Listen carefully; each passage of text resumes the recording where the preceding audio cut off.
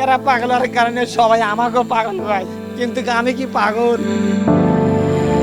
অভাবের সংসারে একই সঙ্গে তিনজন মানসিক প্রতিবন্ধী পরিবারের সদস্যদের দায়িত্ব একা সামলাতে হচ্ছে এক দিনমজুরকে। নিজের স্ত্রী সন্তানের পাশাপাশি অসুস্থ মা, ভাই ও বোনের খাবার ও চিকিৎসার খরচ জোগাতে প্রতিদিন কঠিন বাস্তবতার মুখোমুখি হচ্ছেন তিনি। সংসারের বোঝা এতটাই ভারী যে কাজের চেয়ে অসুস্থ স্বজনদের সামলাতেই কেটে যায় দিনের বেশিরভাগ সময়। এদের দেখাশোনা করবার এসে আমার চাকরিটাও হারা গেছে।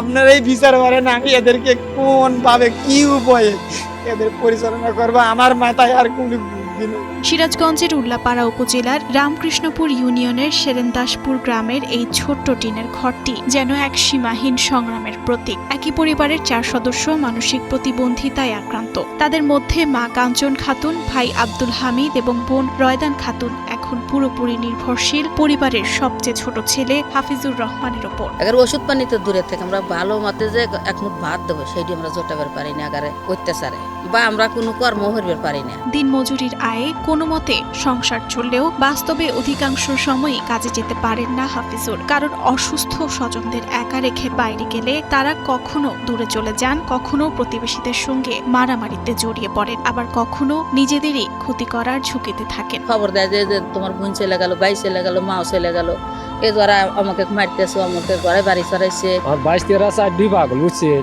সরকার যদি কিছু দান টান হইলেনি, বড় লোকরা কিছু দান হইলেনি, খালি এরা চলে খাবে আইলে। 2014 সালে বাংলাদেশ পল্লী উন্নয়ন বিভাগের একটি ছোট চাকরি পেলেও মা, ভাই ও বোনের দেখাশোনার কারণে নিয়মিত দায়িত্ব পালন করতে না পারায় চাকরিটিও হারাতে হয়। এরপর থেকেই দিনমজুরি তার একমাত্র জীবিকা। কিন্তু সেই আয়ে স্ত্রী, সন্তান ও 3 জন মানসিক প্রতিবন্ধী স্বজনকে নিয়ে জীবনযাপন এখন প্রায় অসম্ভব হয়ে উঠেছে।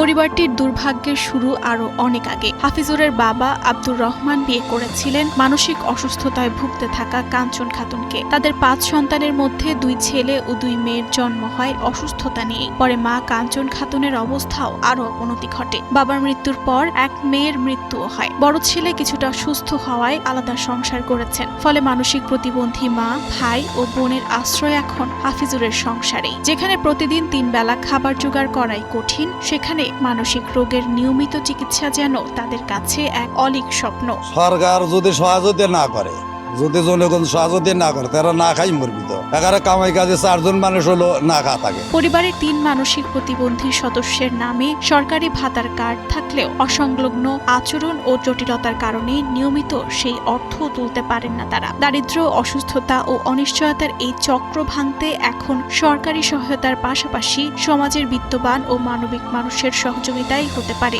শেষ ভরসা। নইলে চিকিৎসার অভাবে নয়, একদিন হয়তো খাবারের অভাবেই থেমে যাবে এই অসহায় পরিবারের জীবন সংগ্রাম। Arjita Shehjin, Star news.